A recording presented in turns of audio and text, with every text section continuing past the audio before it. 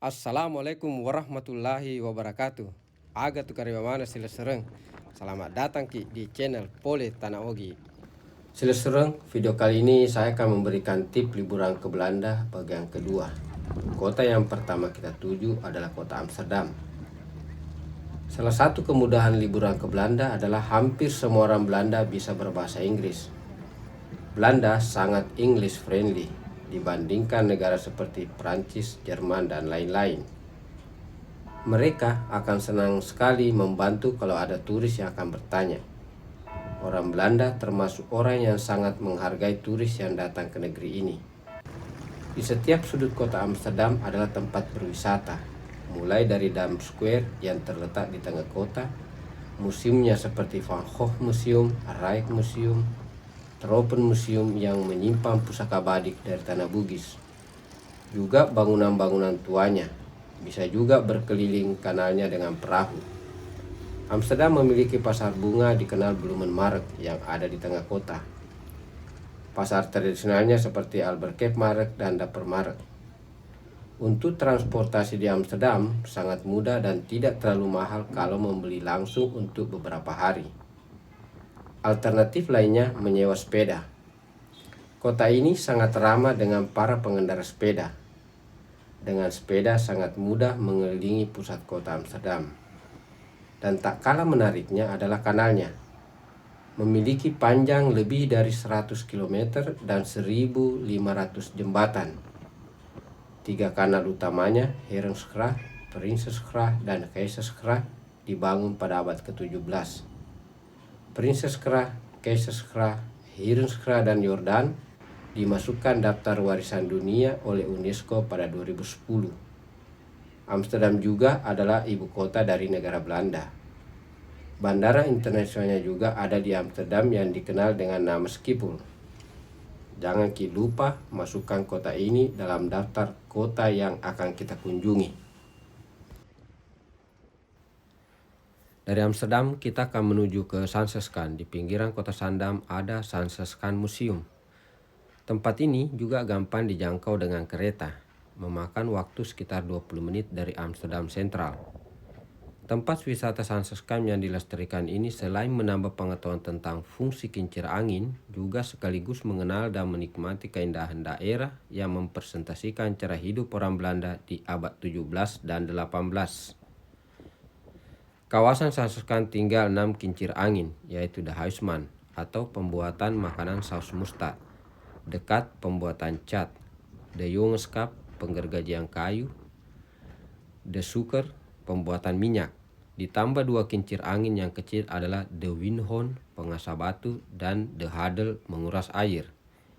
Yang menarik pula bisa dilihat produk tradisional Belanda lainnya, yaitu pabrik pembuatan keju sekaligus toko penjualan keju De Katrienhoeve, dan pabrik pembuatan sepatu kayu Klompen, Wooden Shop Workshop de Sanserskan yang tidak dipungut biaya masuk. Klompen yang dibuat bentuknya unik dan lucu, ada yang diukir, Klompen sepatu roda, dan Klompen ketawa. Ada juga pabrik kerajinan tembaga atau De Kopperi, dan perak yang sudah ada sejak ratusan tahun pula atau De Tinkoppel. Salah satu objek wisata yang baru di Sanserskan adalah museumnya. Dan jangan lupa di kota Sandam, di pusat kotanya ada bangunan modernnya dengan arsitektur klasik khas kota Sandam.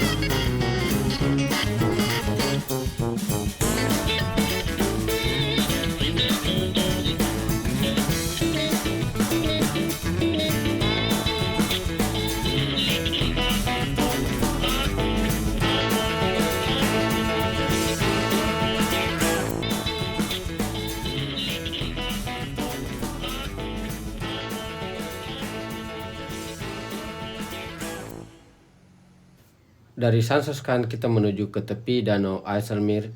Di sana ada desa yang bernama Volendam. Volendam secara harfiah berarti bendungan yang diisi, karena menurut sejarah para petani dan nelayan menempati bekas pelabuhan yang dibendung untuk reklamasi tanah tersebut. Awalnya Volendam adalah pelabuhan terdekat dari kota Edam dan terletak di muara sungai Ai. Namun kemudian penduduk Edam memutuskan untuk membangun kanal baru yang lebih dekat ke Zuiderzee. Hal tersebut membuat pelabuhan lama tidak berfungsi yang akhirnya dibendung. Desa nelayan tua ini terkenal dengan pelabuhan yang indah, pasar ikan, dan pakaian tradisional.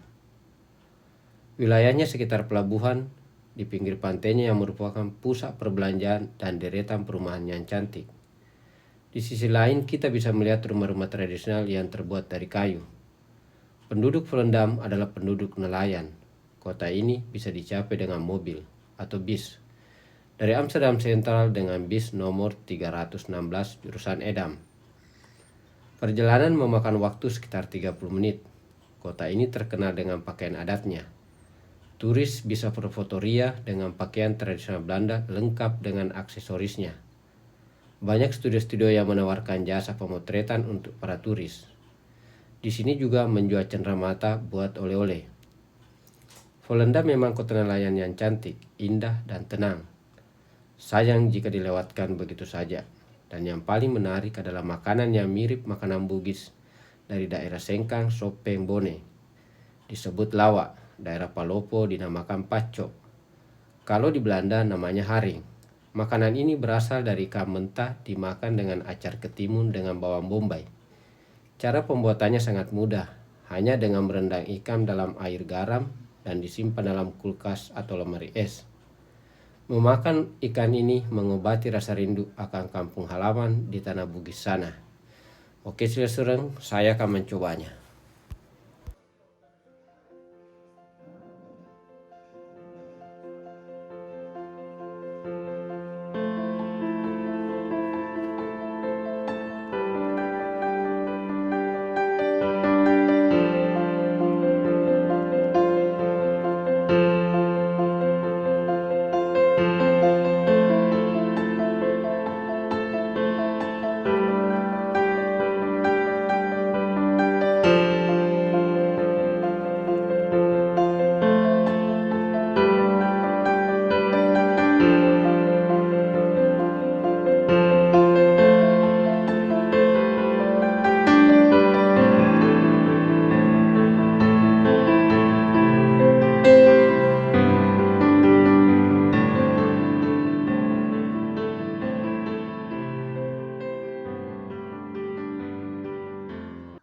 Assalamualaikum warahmatullahi wabarakatuh. Waalaikumsalam warahmatullahi wabarakatuh. Hari ini kita akan makan makanan khas Belanda, tapi sepertinya mirip makanan dari Bugis. Jadi ini ikan mentah atau sudah dimasak ini, Kak? Sebenarnya ini ikan mentah. Menurut yang saya dapat informasinya, karena saya tanya kemana-mana dan saya baca informasinya dari internet, ternyata ikan ini itu direndam sama garam. Oh, direndam garam. Habis itu dimasukkan ke dalam kulkas atau freezer, ditunggu selama 1 minggu sampai 3 bulan. Tapi dia di dalam freezer, jadi tidak bakalan rusak ikan. Dia dalam freezer atau dalam kulkas, minimal dia dalam temperatur yang dingin. Nah, salah satu kelebihannya dia direndam dalam air garam, tapi dia tidak asin. Nah, ini adalah kehebatannya ikan ini. Saya jadi ngiler ini, tidak sabar mau coba. Jadi silakan Kasan, silakan coba. Coba kita coba. Kasan ambil yang di bawah. Ya. Wah, langsung coba. Ini, Kak. Langsung. Bismillah. Bismillahirrahmanirrahim. Panas.